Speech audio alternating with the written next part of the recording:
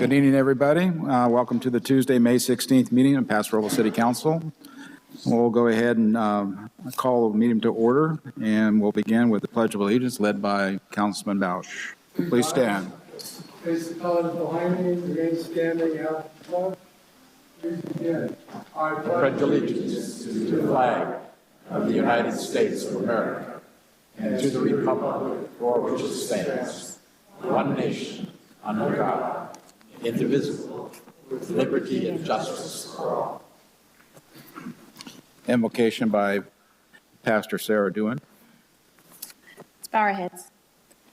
Dear gracious Heavenly Father, we come to you in your Son's name, Jesus. You are Lord over everything. You are still on the throne and you still reign. Thank you for being in control. Thank you for extending your mercy and grace to us when we certainly don't deserve it. Thank you for the gracious opportunity you've granted us to come into your presence and ask for your blessing and your help. What a privilege it is to come to you and ask for whatever we need. We express our deep gratitude for our city of Paso Robles. On behalf of our city, I ask you to bless our city council with direction and wisdom during this meeting this evening. The fear of the Lord is and will always be the beginning of wisdom. We ask you, we respect you, Father God, and give you all the honor and glory that we can possibly give. You deserve it all. Now may the words of our mouth and the meditation of our hearts be acceptable in your sight, O Lord, our strength and our Redeemer. And as always, be magnified and glorified in Paso Robles. We ask these things in the name that is above every name, Jesus. Amen. Amen.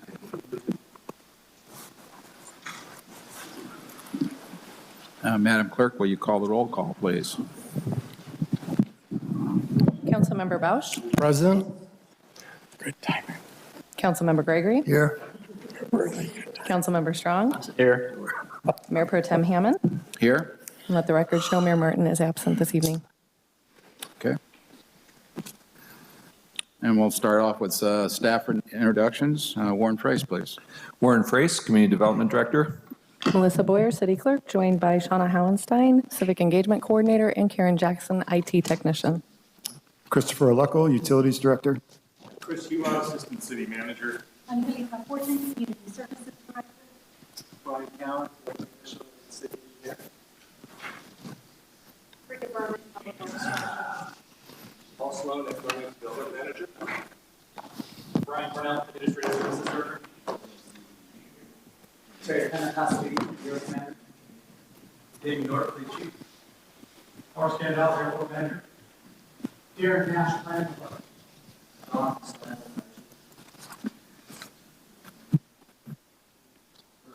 Utility Engineering Manager. Matt Thompson with the Utility Department. Ty Lewis, City Manager. Elizabeth Hull, City Attorney. Very good. So now we'll start off with presentations. We have three. And if I could get Jackie Ramsell, President, Trustees of the Congregation for Or Zafon, to meet with me up front.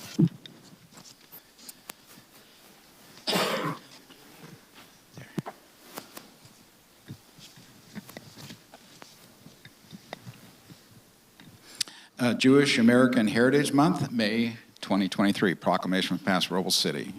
Whereas the Jewish American experience and the story of faith, fortitude, progress, as well as one of them is connected to key tenets of American identity, including our nation's commitment to freedom of religion and consciousness.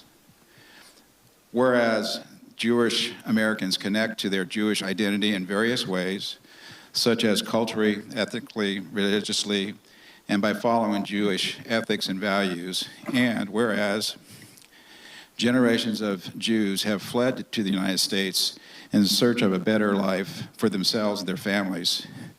And these immigrants have made invaluable contributions in support of equality and civil rights through their leadership and achievements.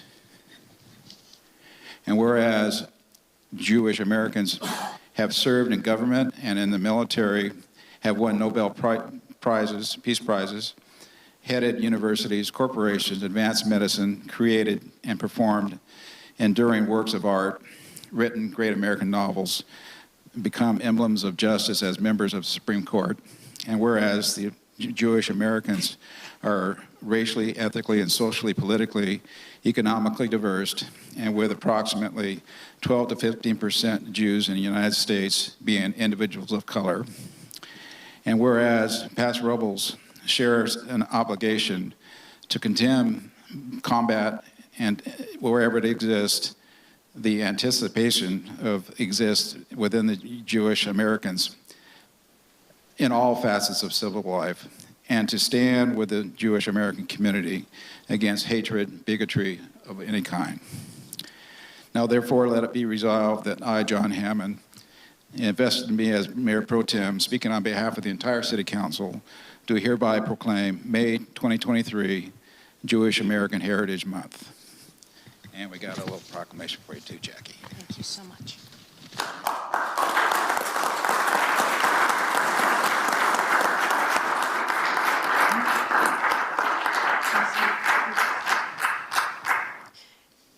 Good evening, Mayor Pro Tem Hammond, council members, ladies and gentlemen. My name is Jackie Ramsdell, and I am the president of the Board of Trustees of Congregation Or Tzafon, which means Northern Light. It is my honor tonight to accept this proclamation on behalf of our synagogue and the Jewish community of the North County. We welcome this acknowledgement of all that it means to be both Jewish and American in this day and age, as well as the recognition of our heritage, of what it took to survive and thrive in this part of the diaspora.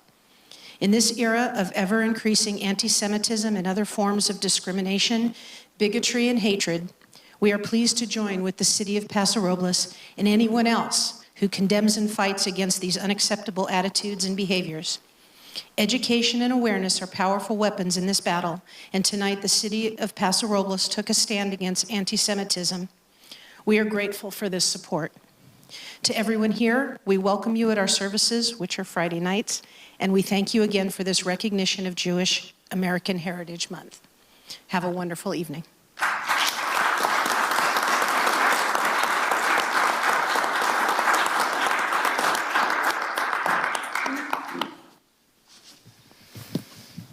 And next, we have Sharon McLean from the Paso Robles Senior Center, coordinator for the Senior Center.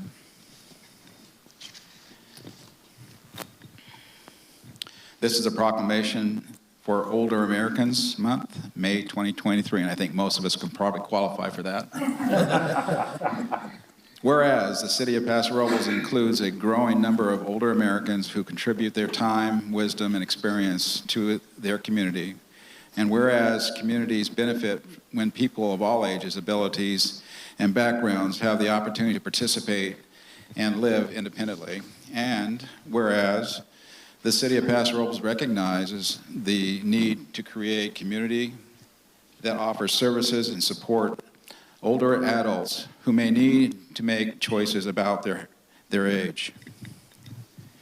Whereas the city of Paso Robles can work to build an even better community for our older residents by not limiting our thinking about aging, exploring and combating stereotypes, emphasizing the many positive aspects of aging, inspiring other older adults to push past the traditional boundaries, and embracing the community's variety of individuals. So now, therefore, let it be resolved that I, John Hammond, by virtue of invested in me, Mayor Pro Tem, and speaking on behalf of the entire City Council, do hereby proclaim May 2023 as Older Americans Month. I'd like that. Just want to thank the council members and thank you everybody for this opportunity. We just have a lot of people that enjoy the Senior Center. We hope that everybody else would come and enjoy and play. Everybody just has to have a good time. Great. For all the service you do to Elton. Thank you.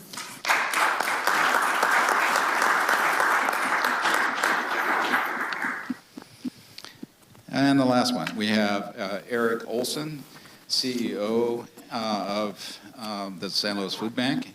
And Molly? No? Okay. So it's just Eric. Welcome, Eric. This is a proclamation for Homeless Awareness Day, June 2nd, 2023.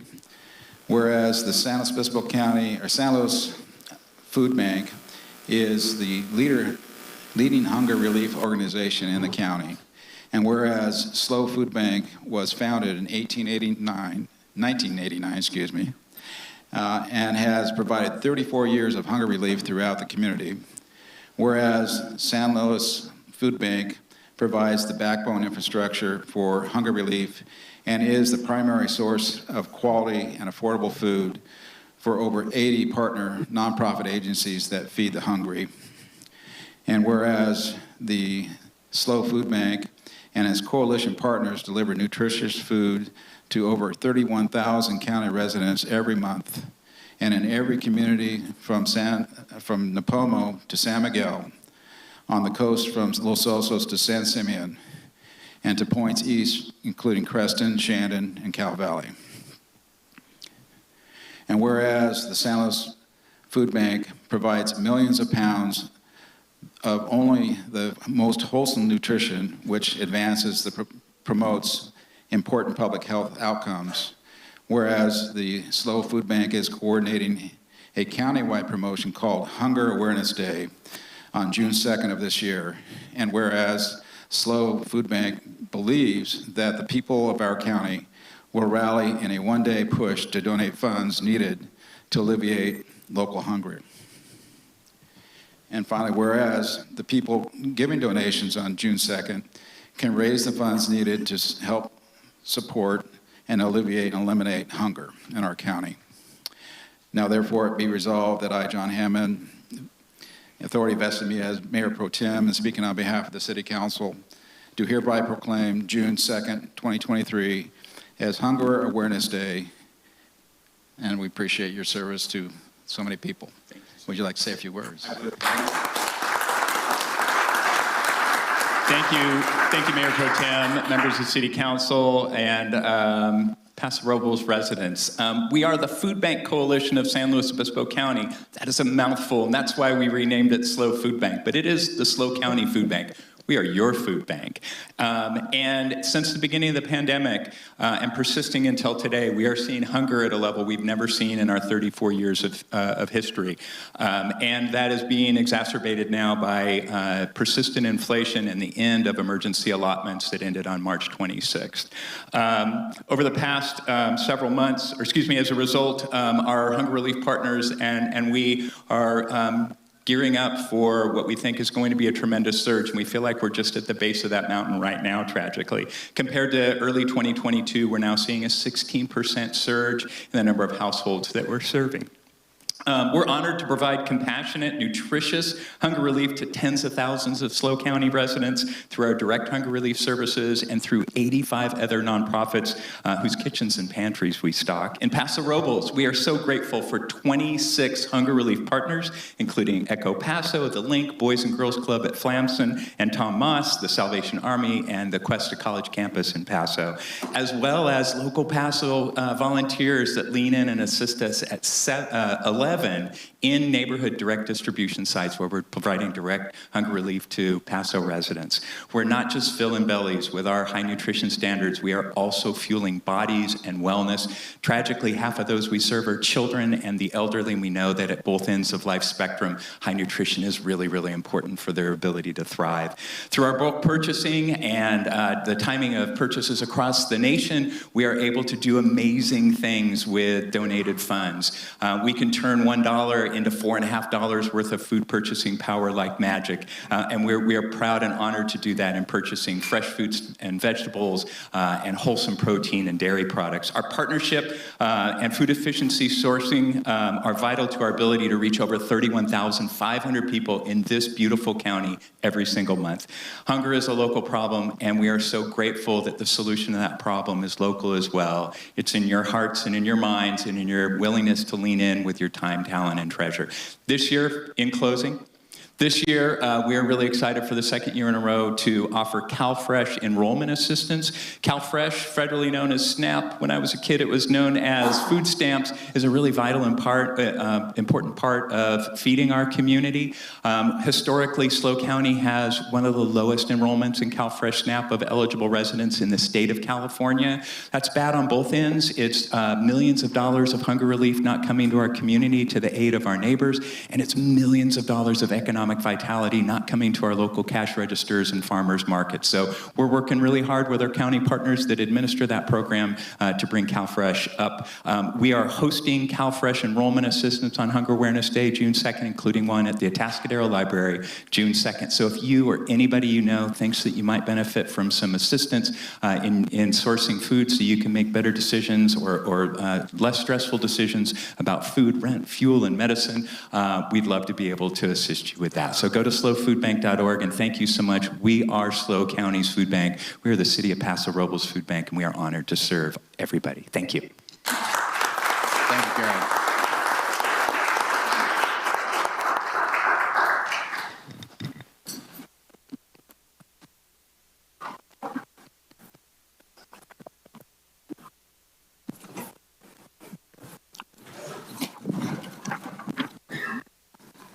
All right. Item 4, Spaceport and Tech Quarter Update. Paul Sloan. Good evening. Thank you, Mayor Pro Tem Hammond, members of council. It's a great privilege to be here this evening to present an update on this project. Just a bit of background. As you may recall, when we started this project, we made the conscious decision to pursue dual tracks. One was to work on an application for an FAA spaceport license for the airport, and the other was to work on developing what we're calling the tech corridor, which would be where we would work to attract businesses, tech business, et cetera, which would encompass, airport property as well as various commercial industrial parks around.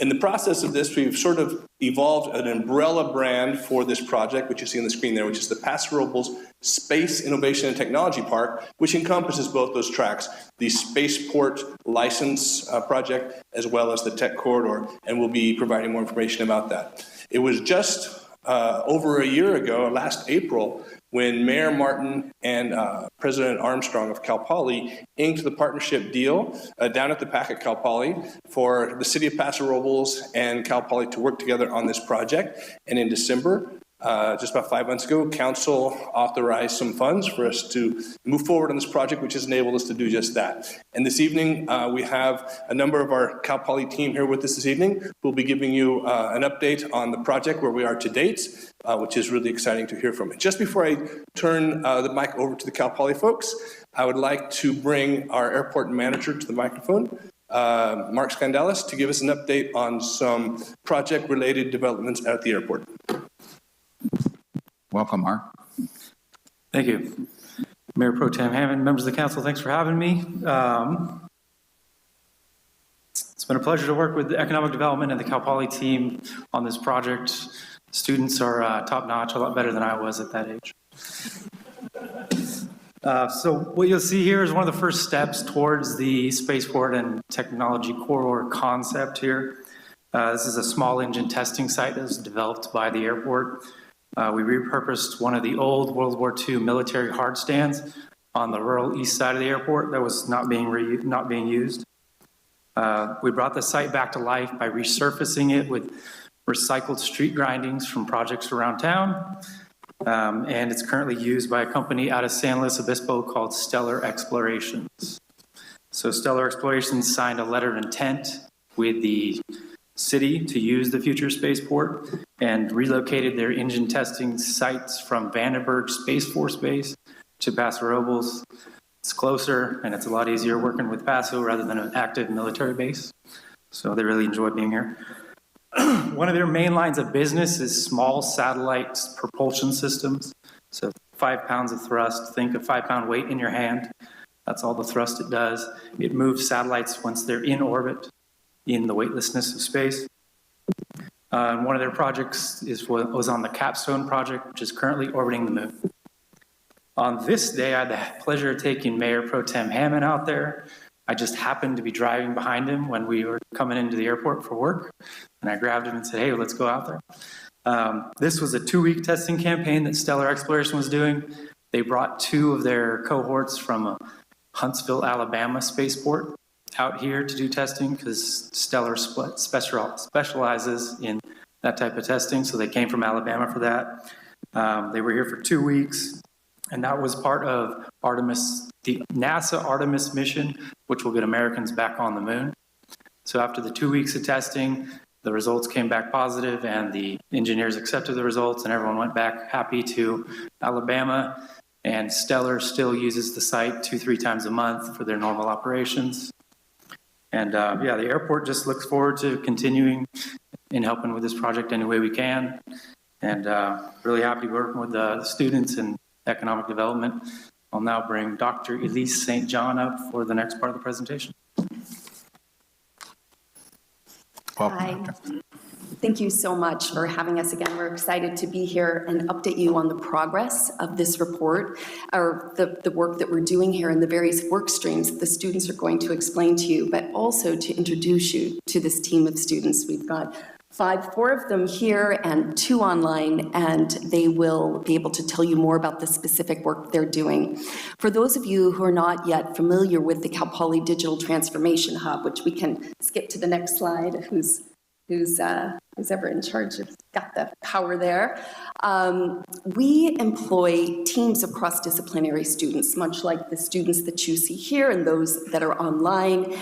They each come with their own unique interdisciplinary perspectives and skill sets, and it's a great honor to work with them. I'm going to turn over to Miu now, who's actually going to tell you all a little bit more about the DX Hub before we dive into the work streams that we are looking forward to sharing with you. Hi everyone, to share more about the DX Hub, it was founded at the Tech Park on our campus back in 2017. It's the world's first cloud innovation center powered by Amazon Web Services, and it was created to accelerate digital transformation in education, government, and nonprofit sectors using cloud technology and digital solution prototyping. So far, we have had the opportunity to work with organizations such as the World Bank, and now we're super excited to be working with the city of Paso Robles. Here's Matthew to share more in detail on the project. Yeah, so starting to jump in, one of the reasons that Cal Poly is here working and with all of these students here today is because Cal Poly makes for a great partner for Paso Robles in this endeavor. Cal Poly, as you may not know, was the inventor of the CubeSat standard. So these are these small CubeSats that you've probably seen Cal Poly toting around. Back in the early 2000s, Cal Poly professors were part of the team who actually invented this standard. And so Cal Poly has been a leader in this small satellite industry for the past 20 years. And on top of that, Cal Poly has also been part of other cybersecurity and innovation spaces like the cybersecurity or the Space Grand Challenge. And on top of that, there's also a wealth of students that Cal Poly, turns out, the Aerospace Engineering Department, of which I'm part of, is ranked in the top in the country, and it regularly produces top engineering talent that can be drawn upon to kind of further this project as it kind of moves forward, of course, being so close. And with that, I'm going to move it over online to Anmol, right, who's going to be talking a little bit more about the application or the work streams themselves. Thank you. Great. Good evening, everyone. Can everyone hear me okay? Yes. Thank you. Hello, everyone. My name is Anmol Sharma, and I'm responsible for overseeing the entire project and supporting Cal Poly student teams alongside Elise. Our work is focused on accomplishing 3 specific goals, which I would like to outline for you. The first goal is the FAA license application, which involves the identification and coordination of Cal Poly and other subject-related matter experts to ensure that the application is completed flawlessly. This is an important step in securing the necessary license to establish a spaceport, and our team is working diligently to ensure its success. The second aspect of our work is the development of a tech park around the spaceport on the land owned by the city of Paso. This effort involves the collaboration of several different businesses in the space and science industry, which will help boost the Paso Robles economy. We are excited about the potential impact this project will have on the local community. Last but not the least, we are researching education and workforce development needs across the business ecosystem. This effort will create amazing educational opportunities for students and effective industry partnerships to explore the aerospace industry. By working closely with industry leaders and educators, we hope to develop a program that not only meets the needs of the industry, but also provide students with hands-on experience and valuable skills that will serve them as well in their future careers. We're excited about the possibilities this project holds and look forward to sharing our progress with you in depth in the next few slides, starting off with FAA license application by Kendall Van Etten. Good evening. Can you guys hear me okay? Yes, we can. Excellent. So my name's Kendall Wilhite. Can we go to the next slide really fast?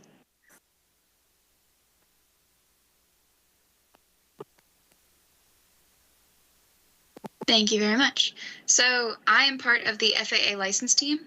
And so our job is to go through the very dense FAA application and organize it into a set list of tasks and establish a timeline to complete those tasks that is reasonable and feasible given our student workforce and then industry partners as well. So also creating that list of tasks, it's our job to identify areas where it might be necessary to bring in third parties to help us complete that work and to help us sort of move along and get that FAA license approved so we can have an operational spaceport in Paso Robles.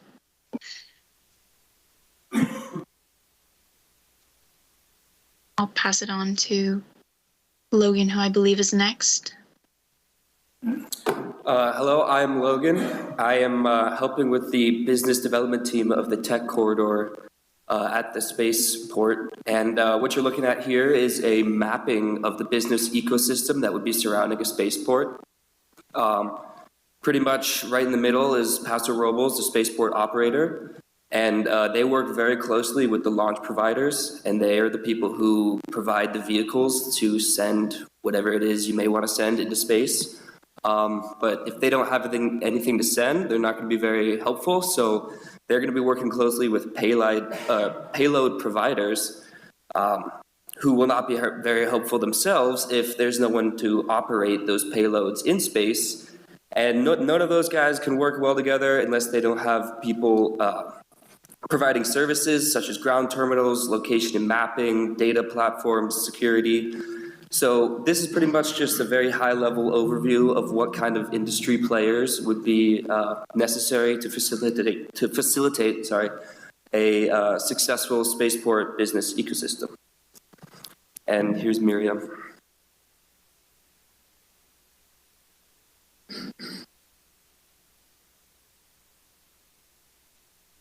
Can I get the next slide, please?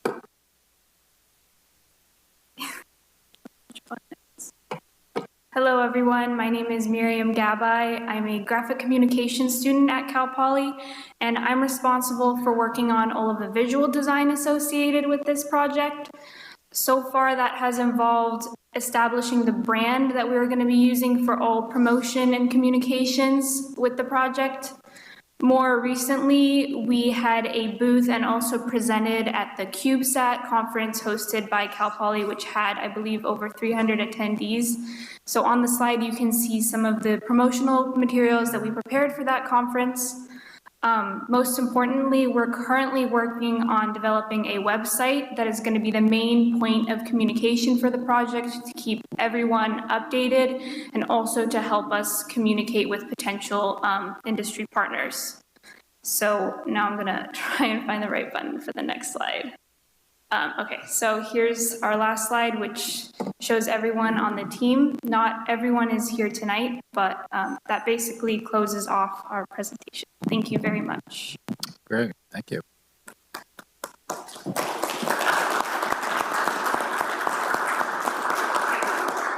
If I might, Dr. Elise, St. John, can you explain maybe to the public what your DX Hub is as far as what it does at Cal Poly and how we're integrating it with the needs for Paso Robles?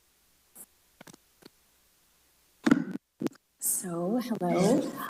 Yes, Mia did a really great job of explaining at a very high level what it is we do at the DX Hub. So we, as she said, we were founded as a strategic partnership between Amazon Web Services and Cal Poly. We were the very first digital innovation center. It was a cloud innovation center in the world to work with AWS. It started because, you know, it was in 2017, the realization that public sector organizations were having a harder time rapidly digitizing services. And so we work with, I spend probably half of my time working with bank units, World Bank units from around the world, solving problems such as how do you identify school buildings in Nepal, for example, that are at risk of collapsing? So they, you know, could we use satellite imagery? Could we use pictures that students and teachers can upload from their phones to the cloud, and then classify buildings and then provide resources in very strategic and efficient ways. When it comes to the city of Paso Robles, that's also a very easy fit for us. You all are, you know, a public entity or a city. You are revitalizing your economy. You're seeing the ways in which advanced technologies could provide opportunities for your communities, for your students. And so we have the benefit of having an incredible diverse group of disciplines across the university that we can tap into. These are incredibly smart students. I agree with Mark. They're way smarter than we were when we went there. And so they're able to also tap into their faculty advisors' expertise as well as the literature. So it's a wonderful model. You can tell I get excited about it. I love the work that we do. And this project right here has touched so many of our hearts. We're really excited about it. Well, I was just going to say, as an alum from Cal Poly and seeing all these kids and what they're doing these days and what we can benefit from as far as the city and the partnership that we're building, it's just amazing. And it's happy, that we have Cal Poly right there in our backyard. So thank you. Any other questions from council? Good. We have one online. Okay. Oh, public comment? Anybody wish to come forward? Dale?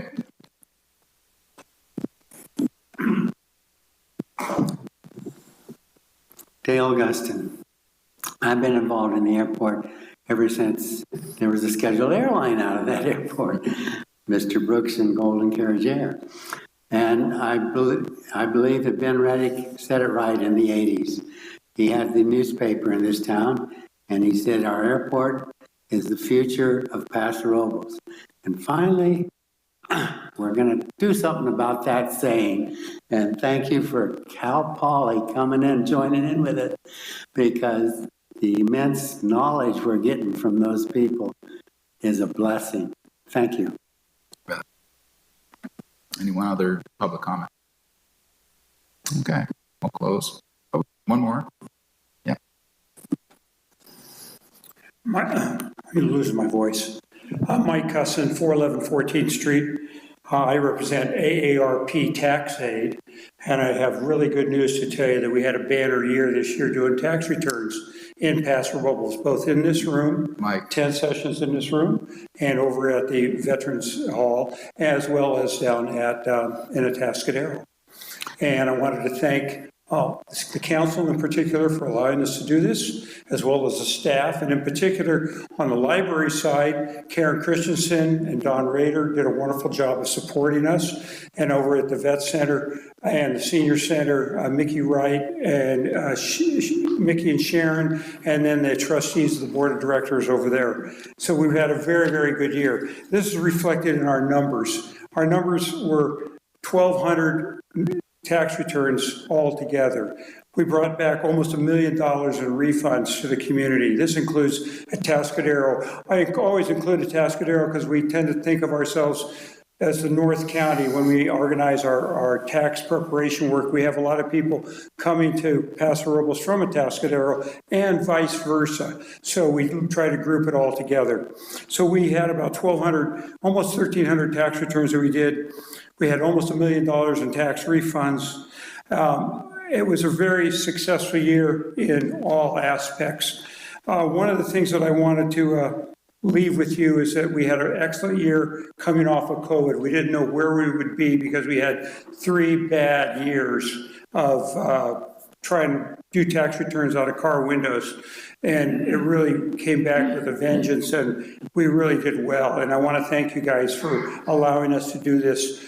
We hope to expand the program. We even tried to go down and did a couple returns down at Echo, down in the Motel 6, down at the other end of town.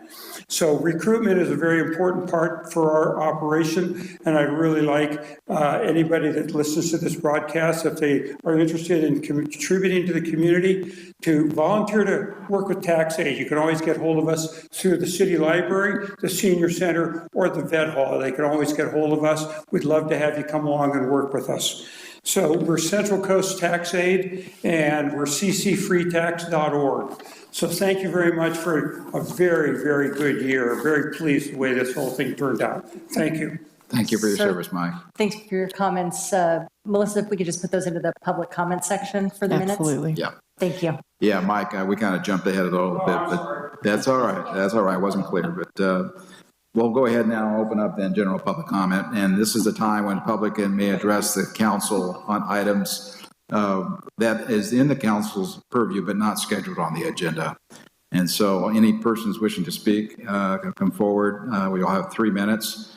We may not be able to answer or take action, of course, on anything you say, but we can certainly record it. So first up, Dale. Yeah, good evening, council and general public. As a proud member of the Main Street program, I want to invite everyone to this Saturday, the Lavender and Olive Festival. Start at 10 o'clock. Come on down and enjoy. I hope it doesn't get too hot, but we'll have plenty of water for you. Come on down and see what's going on in the olive and lavender industry in Paso Robles. Very good. Welcome. Doris Nelson, and I'm representing the Paso Robles Community Police Department. And we would like to present you with this plaque for recognizing the work that we do, and thank you for all your help and consideration down through the years. Well, we thank you, especially. Give my arm.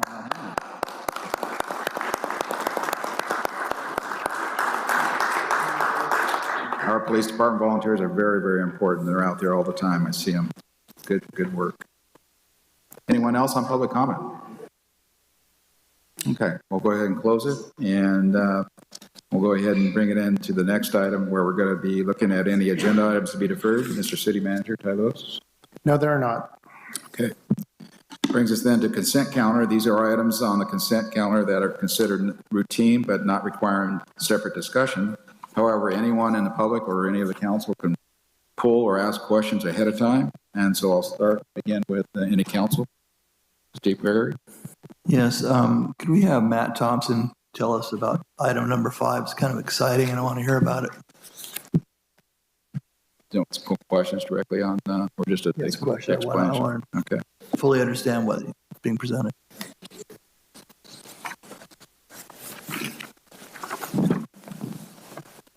Good evening, Mayor and Council.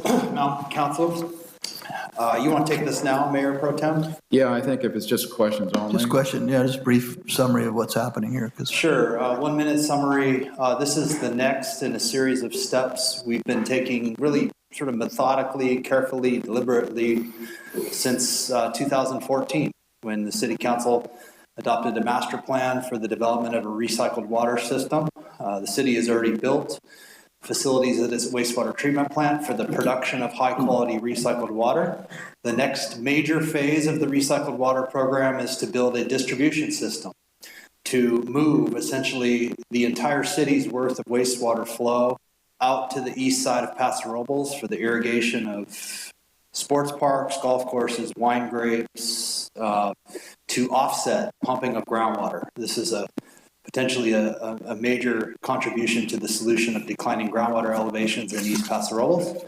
And so at the last meeting regarding the recycled water system, you approved a $35 million financing package for this recycled water distribution system that included a $9.7 million grant from the state of California. This is a federally subsidized low-interest loan program called the Clean Water Revolving Fund Loan Program.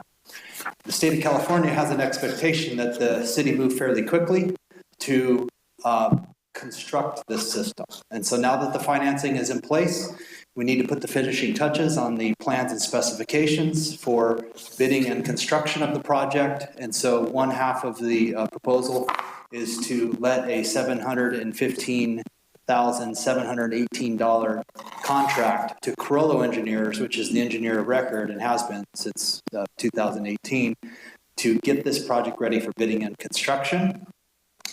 This project includes a 4.5-mile pipeline and a very large 900,000-gallon storage tank up on the hill near Barney Schwartz Park, actually on land owned by Vina Robles. And so we need to acquire significant, about 1 lineal mile of easement for the pipeline and a 2-acre parcel for the construction of the storage tank at Vina Robles. So the second part of this recommendation is to authorize the city manager to enter into agreements with these various property owners to essentially compensate them for the appraised value of this easements and land.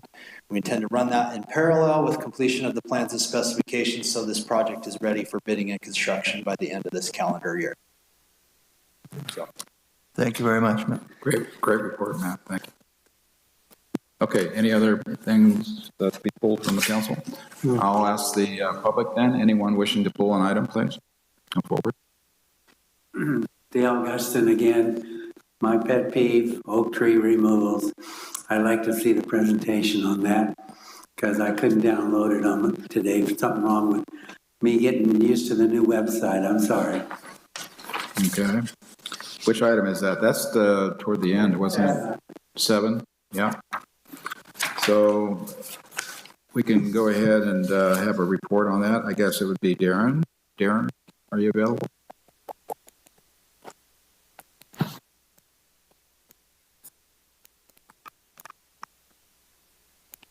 Yes, Mr. Mayor, members of the council. A few seconds here while we get a little visual up on the screen here. So this is a request by the Olson 212 LLC. They are the master developer of the Olson South Chandler specific plan area.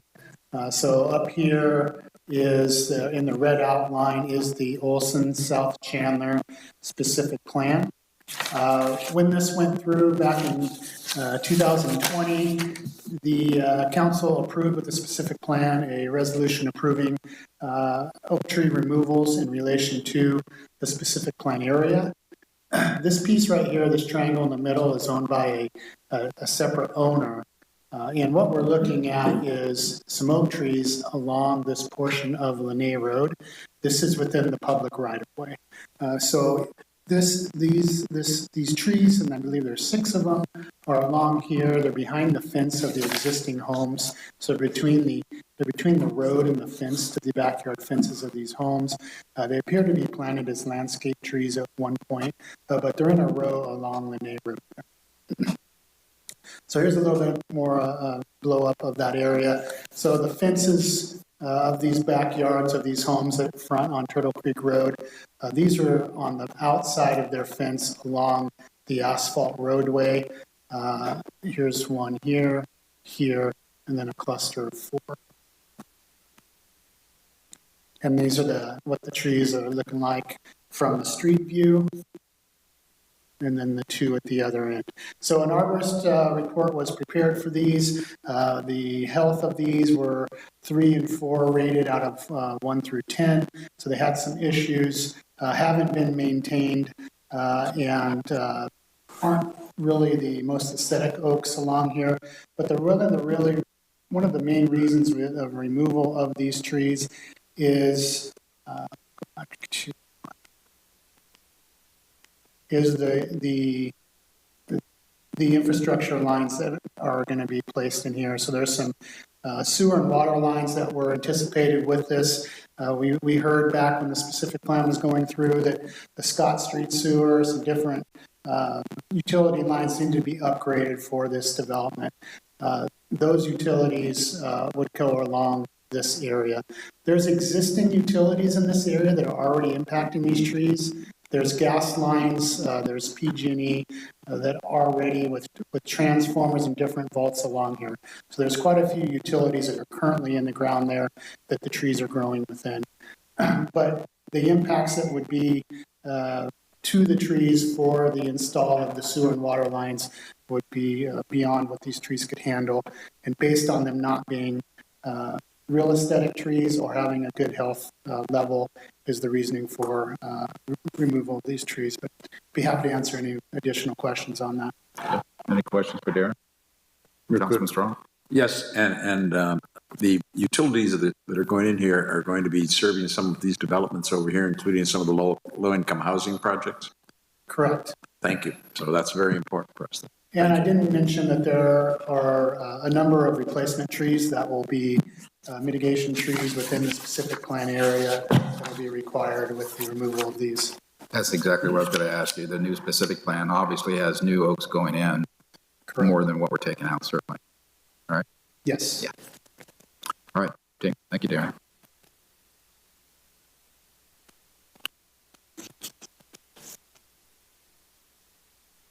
Okay. No other questions from the public on any consent items? I'll go ahead and bring it back then for discussion and or approval by the council. Go ahead, Greg. Go ahead, as I was pointing to you. I'd like to make a motion that we approve the consent agenda. And I'll second it. From item number 1 through 13. 13. Yeah, 1 through 13. Motion by Gregory, second by Strong. Any discussion or comments? Okay, we'll call for the question. Councilmember Gregory? Aye. Councilmember Strong? Aye. Councilmember Bausch? Aye. Mayor Pro Tem Hammond? Aye. Motion passes unanimously. And we move on then to where our city manager now will tell us about what we have just voted on. Ty Lewis. Thank you, Mr. Hammond. We have several items tonight, a couple of which have been covered, and I won't go over those again. But first item is approval of our May 2nd, 2023 City Council meeting minutes. Our regular recurring resolution 23-018, which is for hybrid and remote meetings pursuant to Assembly Bill 361. Item number 3 is the receipt of the warrant register. Item number 4 is approval of surplus property for disposal. Item number 5 we've covered. Item number 6 is approval of the addition of an arborist, Daniel Keeley, to the city certified arborist list. Item number 7 we've covered. Item number 8 is the second reading of ordinance 1131, authorizing the levy of special taxes on lots 2, 3, and 4 of parcel map PR 16-0165, which you heard at your last council meeting regarding a property on Creston Road. Item number 9 is authorization of release and termination of subdivision improvement agreement, which is related to parcel map PR 89-0418. Item number 10 is approval of a grant of water easement quitclaim on Aerotech Way. Item 11 is approval of amendments to the Department of Public Works standard details and specifications. Item number 12, approval of termination of local emergency regarding January 2023 storms. And approval of item 13 is approval of termination of a local emergency for March 2023 storms as well. I think. Very good. That is it. Thank you. We move on now to discussion items. Item 1 is sole source authorization for advanced metering infrastructure. And Kirk Gonzalez, you'll have the report for us. Thank you, Mayor Pro Tem Hammond. City Council, pleased to be here. Kirk Gonzalez, the Utilities Engineering Manager. And I want to start by basically giving you a brief background of our AMI project. I know this has been in front of you guys in a limited form in our water rates, in our budgeting process, and some other council actions, but I just want to give you a brief update on that.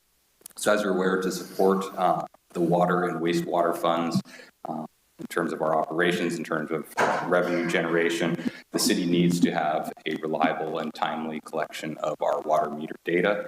We use that for developing our monthly water billings, and we've now budgeted for implementation of an AMI or advanced metering infrastructure project. That project will allow us to remotely collect the meter readings. And as many of you are also aware, the city currently uses a third party or a contractor to manually collect our meter readings each month. So it's a big effort. Each month they go out and they're collecting readings from 10,900 meters. They bring that information back, get it to our utilities billing staff. Fortunately, over the past several years, we've had some significant delays. The worst delay actually occurred last year. We had 5 consecutive months where our contract meter reader was behind on those readings. And those delays did impact not only our customers, but also our staff. Customers were frustrated, confused about why they had some irregular bills, sometimes higher than expected, and they were reaching out to our staff. Our staff had taken time to help them understand that they weren't being overcharged, and the issue really related to these delays.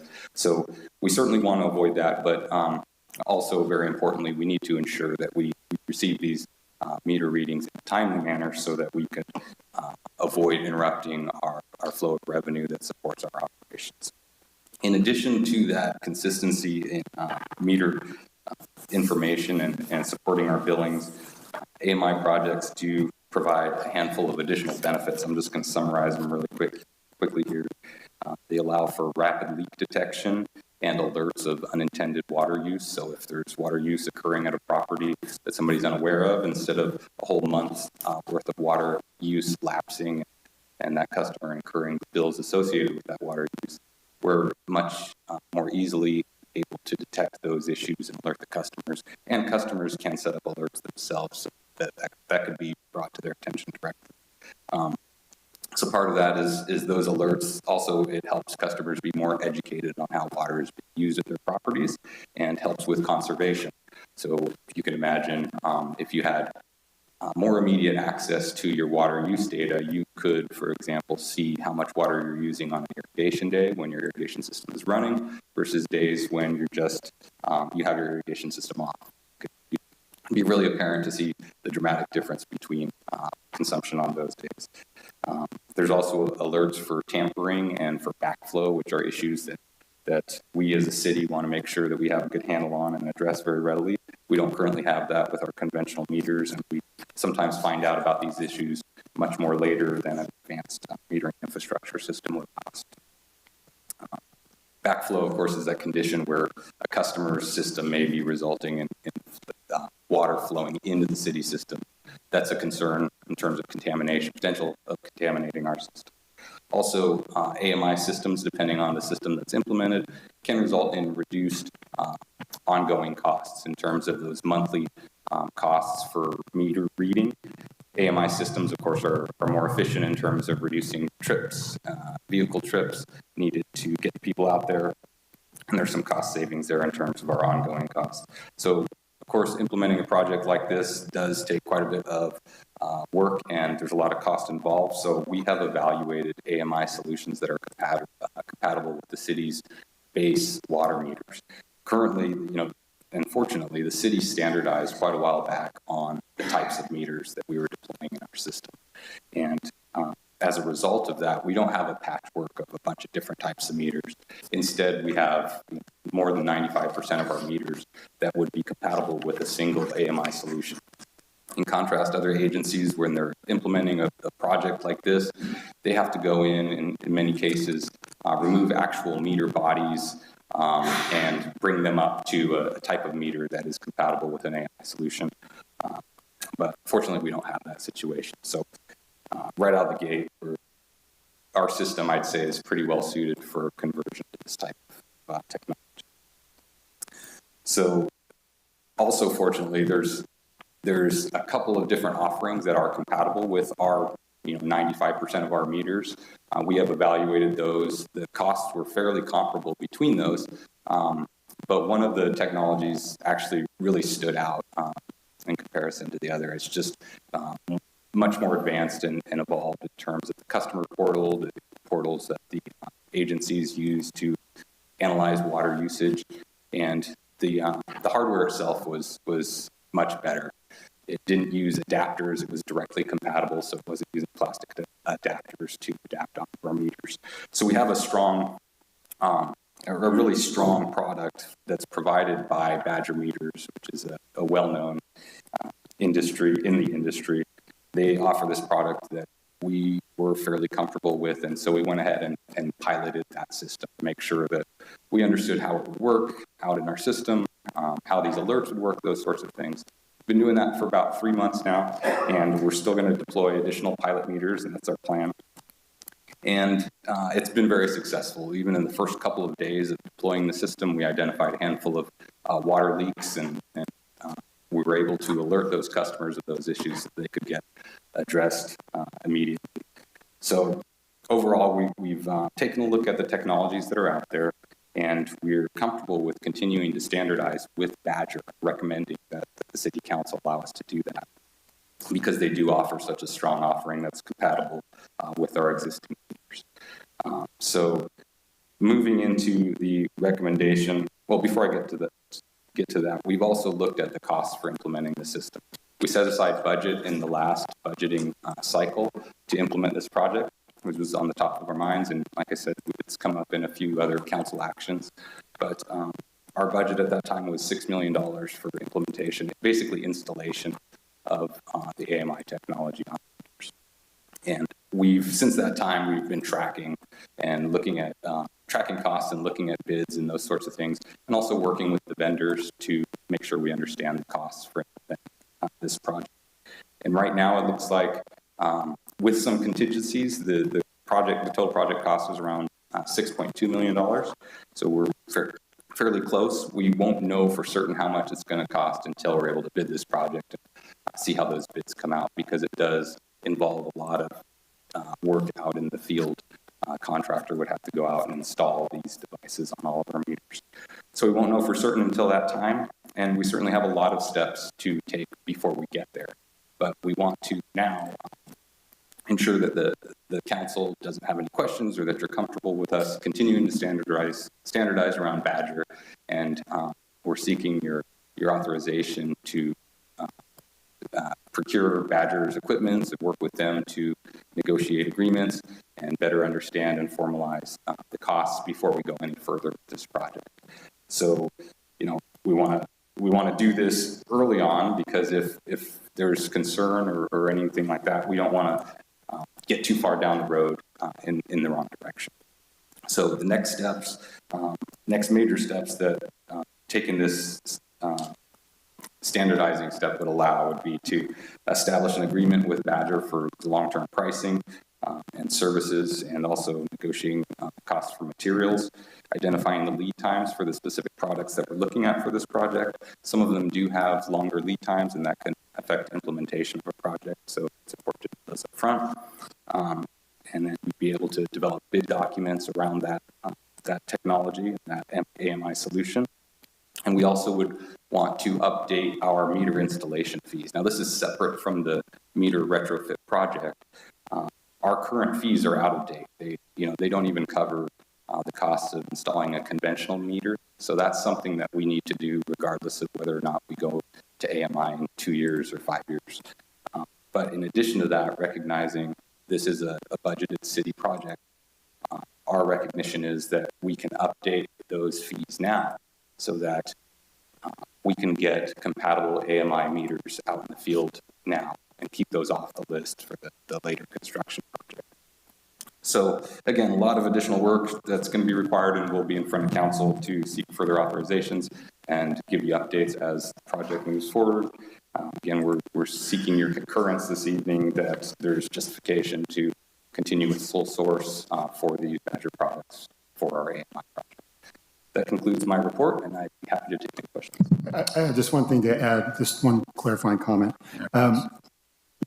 Kurt, the item before you is just your confirmation that our justification laid out in the staff report for sole sourcing, that you agree with that. We're not looking or asking for any approval of any contract or major expenditure. That'll come back before you once we have negotiated those with the vendors. Well, real quick question. Well, let me start with Councilman Strong, please. Yeah, because I'm going to understand this. We had a proposal a few years ago where every meter would have had to be changed into a different meter, which would have cost us millions of dollars for our taxpayers. So you're saying, I feel like I've entered the twilight zone now, because this is saying we don't have to change any meters anywhere in the city? Well, let me address that. We would have to change about 4% of our meters, which is a pretty low number. Instead, what the contractor would need to do is they would leave the meter body in place. That's the portion of the meter that's wet and is connected to the pipes on either end. That meter body stays in place. They'd simply be removing the register or the dial portion and replacing that with a digital register and a radio unit that would bring it up to an AMI capacity. Okay, and who will pay for that, the guts to be replaced, that 3% or 4%? How will we pay for that? Oh, that's all built into one same project. Okay. The 4% are just meters that we would actually have to physically have replaced and brought up to standard, and that work would be conducted at the same time. So that's all built into the $6.2 million estimate that I'm currently working. Okay, and the 6.2 million, this is money in our water fund that we're going to be using? Yes. Not general fund money? Correct. Thank you very much. Councilman Gregor. Yes, thank you for the lengthy explanation. So I just want the end run. So if we work everything out with these folks, which you've proposed we do, what are we going to end up with as a product for the water system? So what we would have, again, are the meters out in the field with new digital registers and cellular radios that would transmit the data. Instead of once a month, we'd get it multiple times a day. And instead of just one reading of consumption over a month's time, we would have consumption data down to the minutes. So that would be the end product. In addition to that, it's a data management system. So those cellular units convey that information to the data management system. And coming with this product is both a customer portal and an agency portal. So we, as the agency, we would be able to better assist customers understanding issues of water use at their house.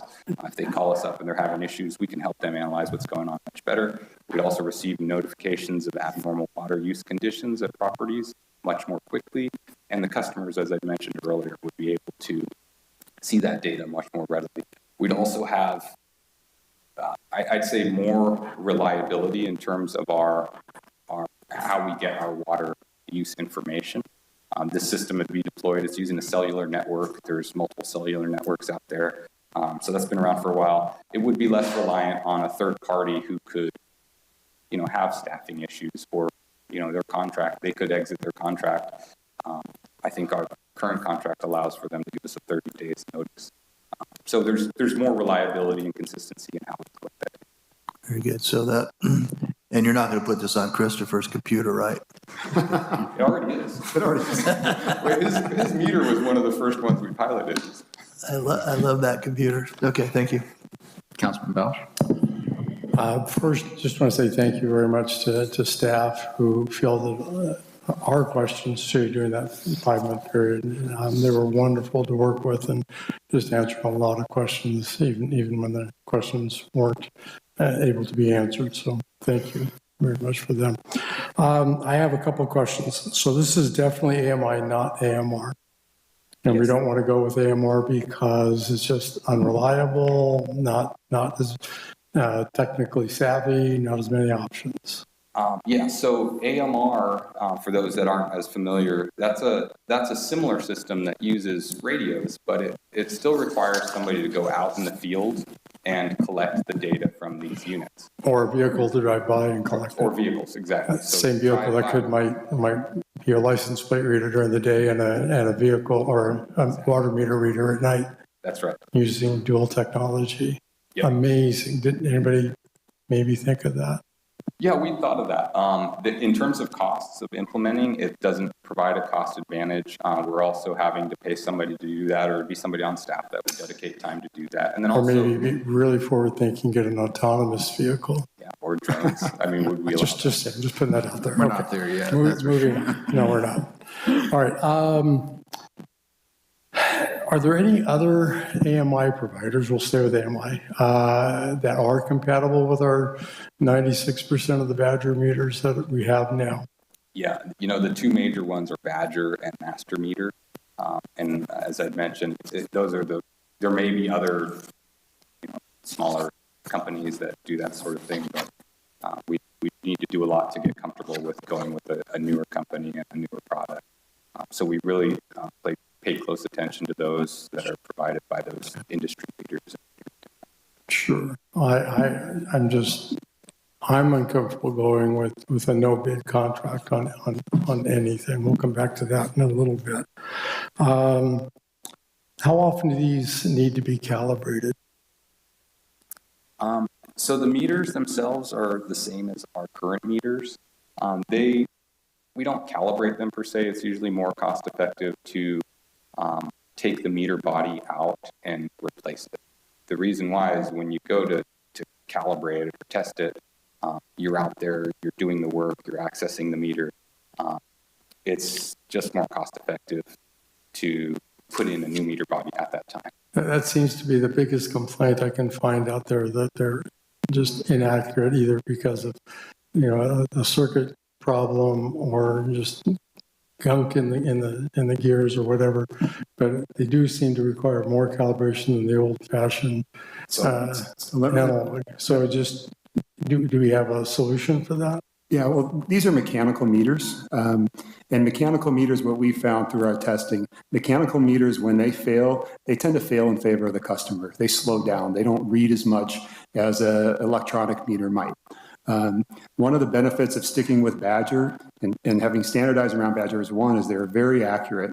And I mean, they're well known in the industry to provide probably one of the most accurate meters out there. And when they do fail, they fail for the benefit of the customer. And we've done a lot of testing and bench testing to try to figure out when do they start slowing down to a point that it's worth us changing those meters out. And so we track that. We call it the mileage. The number of mileages, the amount of mileage on the meter is what we use to determine when it's time to change that meter. And so we're monitoring, we generate lists based upon mileage, and we go out and we change those meters. Good. Councilman Bosch and Christopher, may I add too, though, I want to make sure we understand, we're not changing the actual meter. Right, just the trends. Right. Okay. At 6.2 or whatever that figure, $1 million, what's and eliminating the third party? Do we have a good estimate on what the return on investment is? How many years that's going to be? Yeah, I have taken a look at that on a high level. Of course, it depends on how much labor is going to cost. How much this contract meter reader is going to be charging us 5 years or 10 years from now. The good thing about this solution is that we could lock in, if you will, or negotiate the pricing for an extended period up front, and it's less reliant on staffing rates and such. When I looked at that, it was around 20 years until you break even, essentially. So it is pretty far out there, I would say. We won't know for sure until we refine these costs, but that was a high-level estimate that I'd done with the cost that I had built. The reason we haven't done this sooner, if you look at it from just an economic standpoint, it's very hard to justify moving to AMI. We've looked at it, it's just not worth it. But the reality is the manual meter reading industry is going away. And we're getting ever tighter restrictions on us for water use. And the state is looking to establish indoor water use targets in the near future, and having good, reliable consumption data is going to be essential for us to being able to hit those targets. We've been told by our current meter reader that he doesn't plan to be in business much longer. When that happens, I don't know what we're going to do. Sure. It also provides, as Kirk had mentioned in his presentation, some added features, I think, from the customer standpoint, better customer service. They get better visibility into how they're using water and how they can save water. really nice customer portal and dashboards that they're provided. It provides added protection to our distribution system by identifying tampering and also identifying backflows, which are big concerns for us. So if you just look at it on a cost basis, it's really difficult to make that claim, but there's all these other ancillary benefits and needs that are associated with AMI. Got it. Thank you. Talk to me about the batteries. The batteries are replaceable. Some of the units that are out there, you replace the entire unit, or you just replace the batteries? So the batteries on these units are actually not on the register themselves, they're on the endpoint. And they are warranted for 10 years, and then they're actually warranted for 20 years, but after 10 years, it's a prorated warranty. So the endpoint is actually replaced at that point? And that's right. The reason for that is they build the batteries in because they need both units to be submersible, watertight. And so as part of that process, it makes it difficult to integrate the battery and still maintain its warranty. So what will that cost us? So what will that cost us? That would cost us, there's a recurring cost there. So built into this and my 20 years out kind of high level payback period, I built those costs in. And I was assuming basically we'd start replacing batteries at I think it was year 13 or 15, and it would kind of spread out over a time period. That's built into your 20-year estimate? That's correct. Okay. That's part of the reason why it's so far out, is it is a significant expense. Depending on how those battery failures occur, it may be something that staff is able to do if they're well spaced, if they're all failing at around the same time. Other agencies have, again, mobilized a contractor to knock this out. Okay. And you do get an advanced warning of battery life, so it's not like, at year 15, day 1, January 1st, all of them failed, right? Part of the advantage of having this data regularly transmitted to the management system is you get a heads up on conditions. Okay. And one of the other things that looks like there's a bit of a controversy is what kind of frequency is emitted. You had mentioned earlier in the presentation, this is going to be on a cellular network. This is going to be a private cellular. It's going to be over public cellular. It'll be over the cellular network, AT&T most likely. Okay, Yep. so it's already there. It's already there. Considered safe. So we're not going to have a public hearing because this is a smart network. We don't have to consider any of that. That's correct. And in case it wasn't clear, the labor for installation of these meters is going to be publicly bid. Okay, so that will be public. Yep. Absolutely. Okay, well, that's good. So, and just point of clarification, what is just the hardware itself will be, and how much of that is part of the 6.2? It's about half. Okay. I have those numbers. Okay. Well, that's good. I'm still against sole source procurement, but that puts me further into court. That's good. I think the last question I have, opt-out for people that are really phobic about any kind of transmission. Are we going to have an opt-out form for them for the smart meters? If we see that there's a real demand for that, that's certainly something we can consider. I don't think there is going to be a demand, but it would require a dedicated staff member driving out to their house and taking those readings. So if you decided to implement something like that, we would have to charge a fee for it, of course. Sure, of course. I think that's just standard with the industry. I think it's like $75 is the nominal fee to opt out, and I don't know if that's a monthly fee or just to set up the opt out. I don't know, but okay, you would opt out or set that up for a client. That's something we can bring forward to you for consideration when the time comes. If and when it comes. Yeah. Thank you very much. I want to also speak to that. That had crossed my mind because I know there's a lot of concerns. For example, when PG&E have done their smart metering program, the difference here is these units are out on the street in the sidewalk. So it's kind of akin to somebody in a parked car out on the curb using their cell phone. Periodically, it's not a constant on thing. It's a periodic report to the data management system throughout the day. So it's really a different type of radio system that hopefully wouldn't be as much concern. It looked, the most current data that I could find on public was from early 2022, and it looked like Badger's was about the same thing as PG&E's smart meter. So it's roughly the same. If PG&E can use it, then Badger can mimic that as well. And should be okay, would be my guess, but that might be something good to look at in case anybody asks. Okay, Thank you. Yep. My final question was, I don't like anonymous comments, and I see a written comment with no name attached to it. Do we know who made this written comment for this item? It was Jeff Carr. He Jeff submitted Carr. the letter via email. Thank you very much. Thank you. Okay. I thought he signed that. Yeah, I question a couple of things here, Kirk. I mean, we've talked about these smart meters for quite a while, and I'm glad we're kind of getting around to it because they are something we need to do for sure. The time frame to install from start to finish, 11,000 meters, is that going to take years? In other words, months? What's the time frame? It's more like a matter of months to a year. It really depends on how the contractors are mobilized and how we would structure our contract. A contractor could mobilize and get those units out there if they have a lot of teams out there working simultaneously. Okay. One of the limiting factors, though, is the availability of the material. So there could be a need to pre-procure material so that the contractor could get going straight away, and then they could adopt the provisions for the procurement of the balance of materials, or we could pre-procure materials all up front. There's different options there, but before we even get there, we need to make sure we're going down the right path. This is a technology that we're all comfortable with. And the other question I had, which Christopher said, this will detect backflow.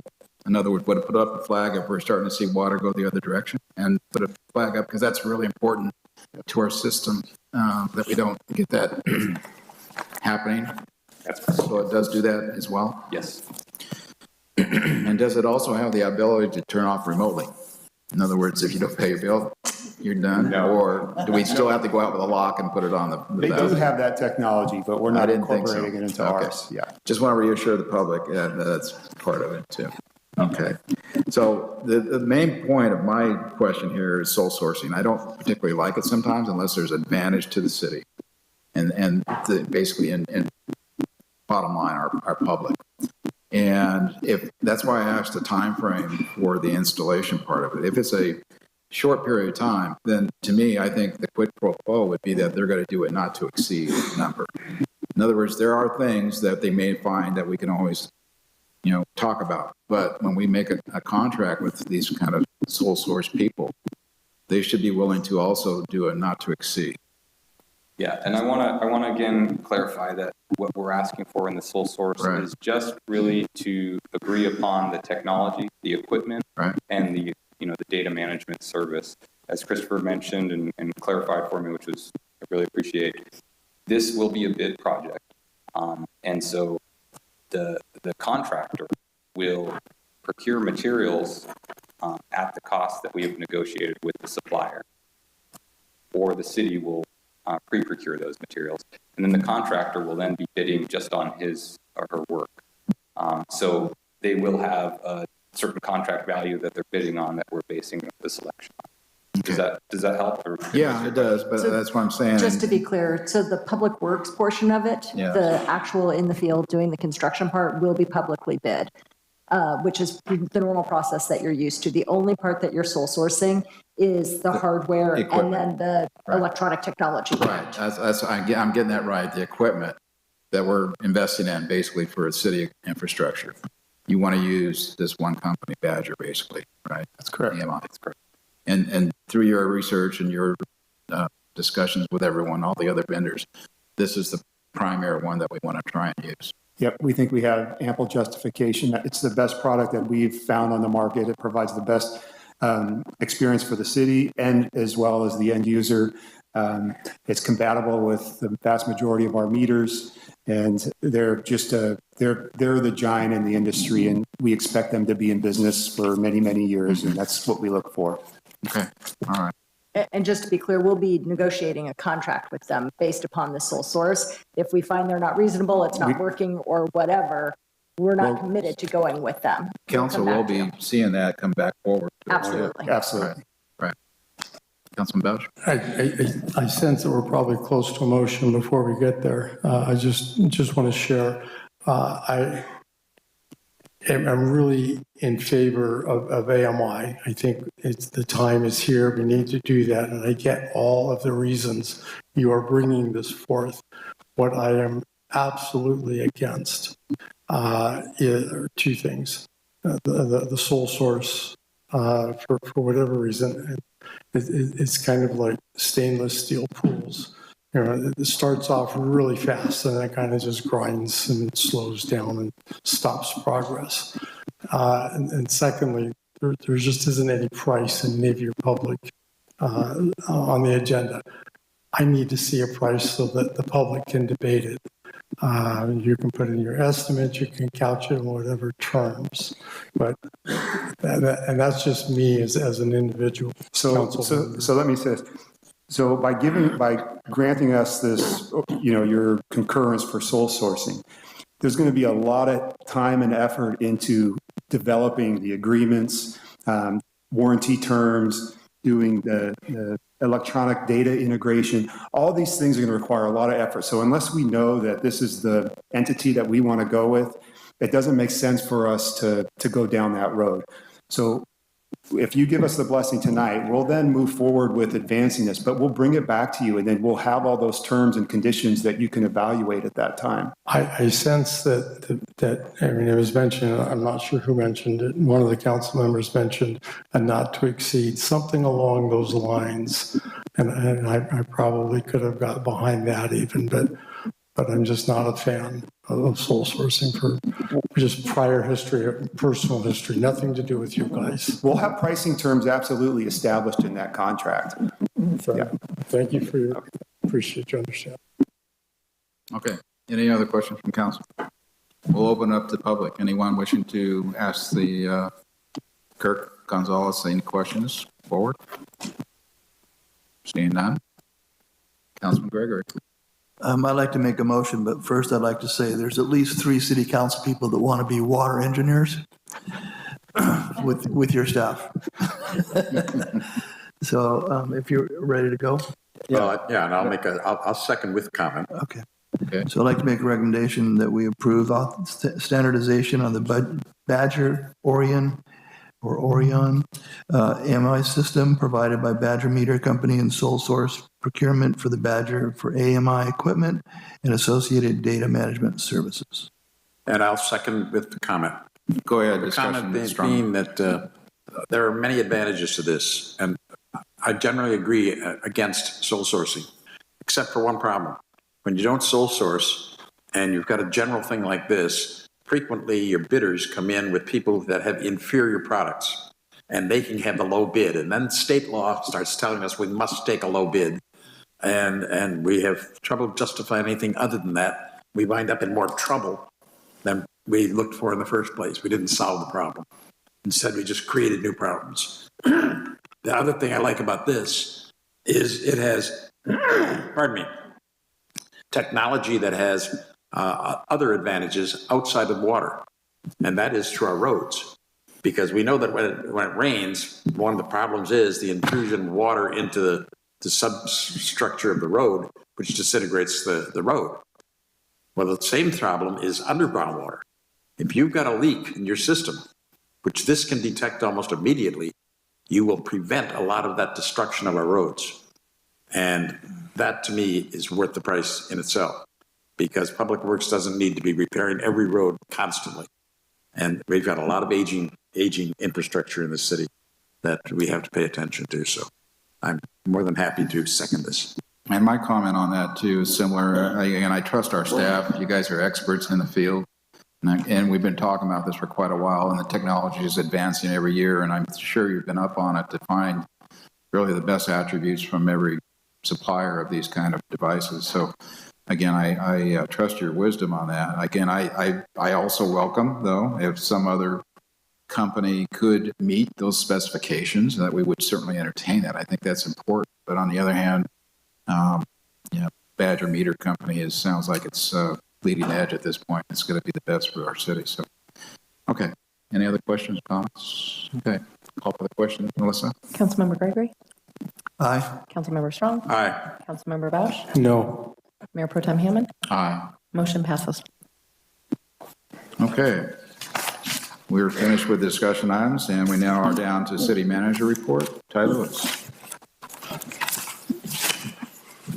Thank you, Mr. Hammond. I think the only thing that I have is I just want to thank the council members that showed up to our Caltrans quasi-town hall meeting that we had Friday or so ago regarding the Highway 46 overcrossing.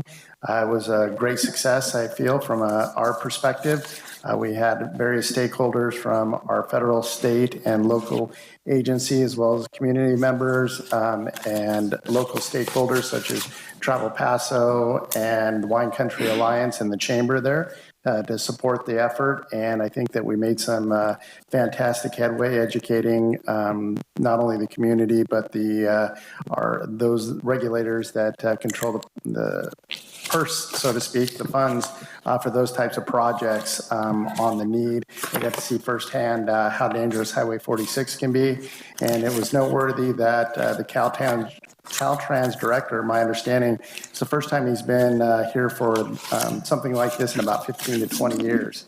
So a major success, and just wanted to thank the council for the support in that direction and all the city staff, including Mary and Melissa and Shauna from the city manager's office, and Chris Hewitt for helping put that together. So that ends my report. Thank you, Ty. Now on to council business and committee reports. Start, Councilman Straw. Thank you. And let me explain that particularly my reports are rather brief. I only report on a couple of things because I'm not here to show all the things I do, but I'm here to show the official things I do that affect the city. And so those are the only things I'm not going to mention. Not every dinner I went to, not every group I went to, not every thing I went and looked at. But I did attend the rail meeting for the Pacific Surfliner Railroad. That's low sand that goes all the way to our border with Monterey yesterday in Orange County. And I'm on that board of directors and past chairman of the board. And we are working very diligently on the long-term plan, which includes an extension up to the Bay Area in connection with the Capital Corridor.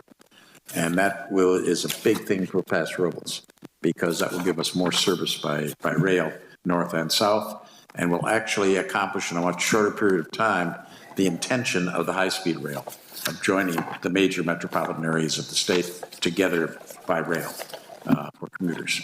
So we're working diligently on that. Also, that long-range plan did mention specific attributes local areas had, and I noted some deficiencies when it mentioned San Luis Obispo for wine tasting downtown, but neglected to mention Paso Robles. So I made sure that was in there, and that they did not identify the Mid-State Fair as happening in San Luis Obispo anymore. They're going to be identified as happening in Paso Robles, and in working for better transport to these events to help the train provide more public participation to those events. So we're working on that. That was probably my biggest thing, and I think that's the most important thing for me to mention. Other than that, there were a lot of small things we did, but none of them that were earth-shattering. Thank you. Very good. Thank you, Fred. Councilman Bausch, are you available and ready? Thank you. Thank you to all the youth commissioners that showed up for our monthly youth commission meeting, to our senior center advisory committee meeting. They're having a black tie bingo on July 15th, so mark your calendar, get your tickets early for that. Was able to attend a very interesting tour of the Diablo Canyon power plant a week ago. Thank you very much to Eric Daniels for putting that together. And then we also had our advisory body interviews. Just thank you very much to everybody that came out and applied for all of those positions. There's just amazing people that show up to apply for those. And I think just a reminder that there's a peace officers memorial tomorrow in the park. So thank you for all the peace officers that gave the ultimate for their service. And thank you, Chief Nord, for bringing that to our attention. That's what I got. Thank you, Chris. Gregory? Yeah, I just wanted to make a few comments about the effort that our city, Ty and Chris put together for the Caltrans. The quality and the depth and the seniority of the people that were there were incredible, and I think that these are the kinds of efforts that we need to make all the time. And when you're sitting across from the director of Caltrans, and he used to come across 46 as a kid all the time.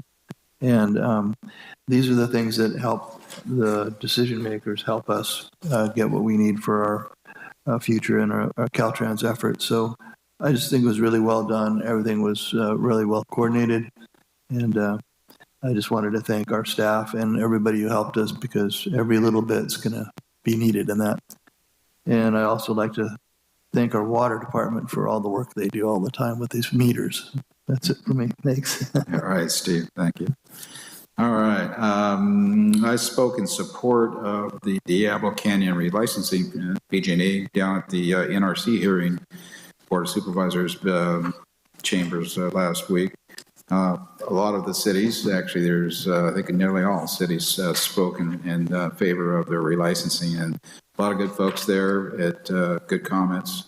Talked to Eric Daniels afterwards, after the meeting. He said it was very positive. So, next meeting I had there was IWMA, Integrated Waste Management. Nothing much to report, fairly quick meeting.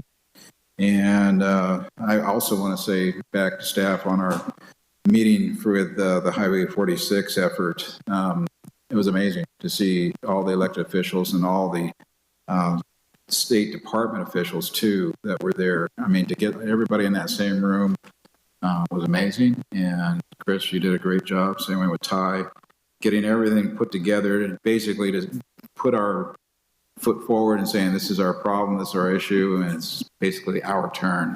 I mean, there's a lot of tax dollars that we put into the state that don't come back to us, and this would be a big ask, but they heard us. We were very respectful. And I even said, please, after that. So, our turn, please. So, anyway, we'll see what happens. It's a work in progress, and again, staff is very much engaged in making that happen. So, thank you for your efforts. Beyond that, we have upcoming events. Supplemental Sales Tax Oversight Committee is tomorrow night here in these chambers at 5:30. Development Review Committee is May 22nd at 3:30. Planning Commission for the City of Paso Robles is May 23rd, a week from tonight, 6:30. Then the following week, again, Development Review Committee, May 29, 3:30. Development Review Committee again, June 5th. This is a 5-week month, and they're going to be meeting again on June 5th at 3:30. And then we come back here for our next City Council meeting, June the 6th, D-Day, 1944, at 6:30. And I will apologize. I will not be in that meeting. I will be representing us chairing a National Transportation Committee meeting in Detroit on that day. Will you be online, you think, or probably not? I don't know how my schedules can line up in Detroit. We'll see how that flies then. Okay, thank you, Fred. Anybody else have any questions? Good for the order? Okay. Make a motion then. Adjourn. Sure. Well, so moved. Councilman Gregory is first. Second. Second by Councilman Strong. All in favor? Aye. So adjourned.